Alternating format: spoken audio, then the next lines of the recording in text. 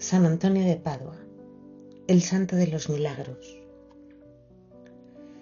La vida de San Antonio de Padua parece estar escrita para recordar que la santidad nace de la profundidad interior. Fue un hombre de inteligencia brillante, de palabra poderosa y de una ternura espiritual que atravesó siglos. Pero sobre todo, fue un alma enamorada de Dios y quizá por eso hoy aún millones de personas siguen pronunciando su nombre con confianza, buscando en él consuelo, esperanza y guía. Antonio nació en Lisboa, en Portugal, alrededor del año 1195.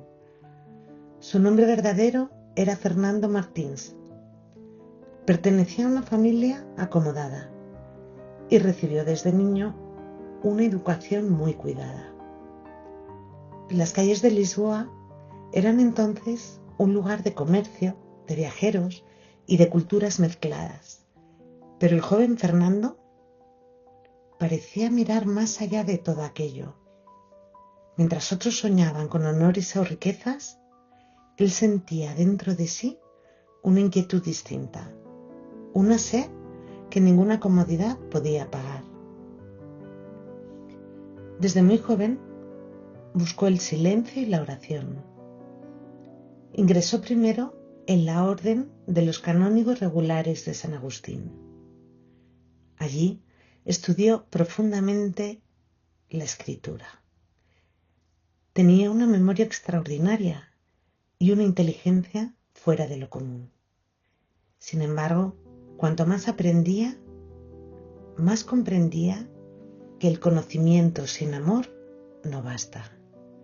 No quería solamente saber acerca de Dios, quería vivir en Él. Y entonces ocurrió algo decisivo.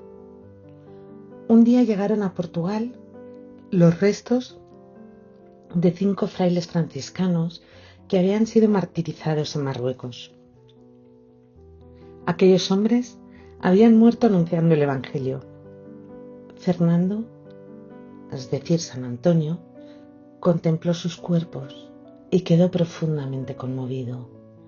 Comprendió que existía una fe capaz de entregar la vida entera, una fe ardiente, radical y viva, y aquello cambió su corazón. Pidió entrar en la orden fundada por San Francisco de Asís. Al hacerlo, dejó atrás incluso su propio nombre, y es entonces cuando toma el nombre de Antonio. Quería ir a Marruecos y morir mártir. Soñaba con entregar completamente su vida por Cristo, pero Dios tenía otros caminos. Antonio enfermó gravemente apenas llegó al norte de África y tuvo que regresar. Durante el viaje, una tormenta desvió el barco y terminó en Italia. A veces, la vida espiritual consiste precisamente en eso, aceptar que la voluntad de Dios no siempre coincide con nuestros propios sueños. Antonio quería predicar en tierras lejanas y Dios quería convertirlo en luz para toda Europa. Durante un tiempo permaneció oculto, realizando tareas humildes. Nadie conocía aún el inmenso don que guardaba dentro. Hasta que un día, en una celebración donde faltaba predicador, le pidieron improvisar unas palabras. Y entonces ocurrió algo inesperado. Todos quedaron impresionados. Su voz era clara, profunda, llena de fuego interior. No hablaba para impresionar, hablaba desde una experiencia viva de Dios. La noticia se extendió rápidamente. Antonio entonces comenzó a recorrer ciudades y pueblos predicando. En una época marcada por guerras, injusticias y corrupción, sus palabras tocaban el corazón de la gente sencilla, defendía a los pobres, denunciaba la avaricia y llamaba a la conversión con una mezcla extraordinaria de firmeza y misericordia. Cuentan que multitudes enteras acudían a escucharlo. Algunos se subían a los árboles para verlo pasar. Otros caminaban kilómetros enteros solo para oír un sermón suyo. Pero lo más sorprendente no era su elocuencia, era la autenticidad de su vida. San Antonio hablaba de Cristo porque primero vivía unido a Él en el silencio de la oración. San Antonio comprendía las heridas humanas, escuchaba a las personas, consolaba, ayudaba a reconciliar familias, defendía a quienes sufrían injusticias. Por eso el pueblo comenzó a quererlo profundamente. Con el tiempo surgieron también numerosos relatos milagrosos. Algunos cuentan que predicó a los peces cuando los hombres no querían escucharlo. Otros hablan de personas reconciliadas, enfermos curados o corazones endurecidos que recuperaban la fe. La tradición popular comenzó a llamarlo el Santo de los Milagros, porque innumerables personas aseguraban haber experimentado su intercesión y su ayuda. Hasta hoy, su figura permanece unida a la esperanza de quienes acuden a él en momentos difíciles, buscando no solo recuperar objetos perdidos, sino también la paz, la fe o el sentido de sus vidas. Sin embargo, quizá el aspecto más profundo de su vida no fueron los milagros ni la fama, sino su humildad. Cuanto más admirado era, más buscaba retirarse a orar. Sabía que el peligro del reconocimiento es olvidar que todo don viene de Dios.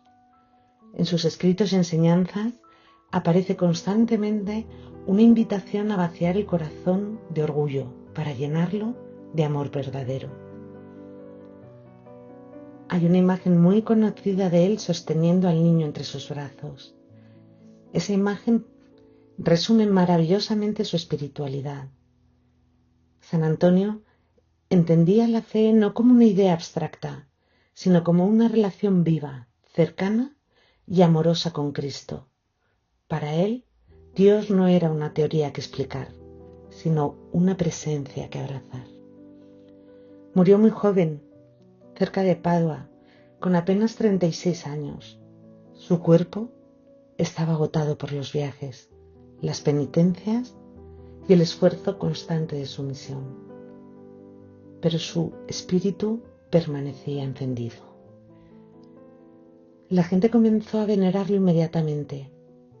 Menos de un año después fue canonizado por la Iglesia, algo extraordinariamente rápido.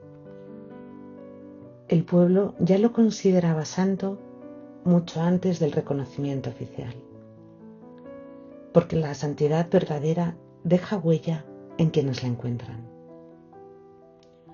Años después de su muerte, ocurrió un hecho que impresionó profundamente a la Iglesia y al pueblo cristiano. Cuando abrieron su sepulcro para trasladar sus restos a Padua, el cuerpo aparecía deteriorado por el paso del tiempo, pero su lengua permanecía incorrupta. Aquella lengua que había anunciado el Evangelio con tanta pasión y verdad, parecía conservarse como un signo espiritual. Para muchos fue una señal de que Dios había querido preservar precisamente aquello con lo que San Antonio había llevado esperanza, consuelo y fe a miles de personas. Se dice que al contemplarla, San Buenaventura exclamó, emocionado, que aquella lengua seguía hablando al mundo incluso después de la muerte.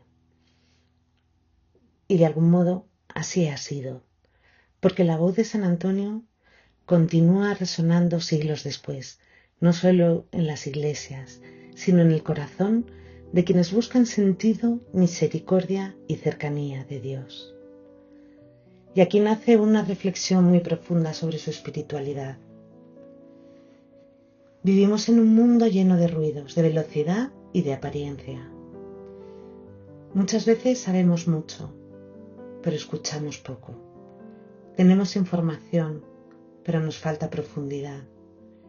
Y la vida de San Antonio parece recordarnos precisamente esto. El corazón humano solo encuentra paz cuando vuelve a lo esencial. San Antonio era un hombre sabio, pero nunca permitió que la inteligencia sustituyera el amor. Era admirado, pero eligió la humildad. Podía haber buscado prestigio, pero prefirió servir. Su espiritualidad no consistía en hacer cosas extraordinarias para ser visto, sino en dejar que Dios transformara cada rincón de su interior. Quizá por eso es tan actual, porque enseña que la verdadera fuerza nace del silencio interior, que la fe no es dureza, sino misericordia, que el conocimiento sin compasión se vuelve vacío, y que el amor de Dios no aleja del mundo, sino que acerca más profundamente al sufrimiento humano. Recordar a San Antonio no debería ser solo admirar un santo del pasado. Debería ser preguntarnos qué espacio ocupa hoy la profundidad en nuestra propia vida, qué cosas nos distraen de lo esencial, y si todavía somos capaces de detenernos, de guardar silencio y escuchar aquello que el corazón realmente necesita. La espiritualidad de San Antonio sigue hablando, porque nace del Evangelio vivido con autenticidad. Y quizá esa sea su enseñanza más grande, que la santidad no consiste en escapar del mundo, sino en llenarlo de amor, de verdad y de esperanza, desde una vida completamente entregada a Dios.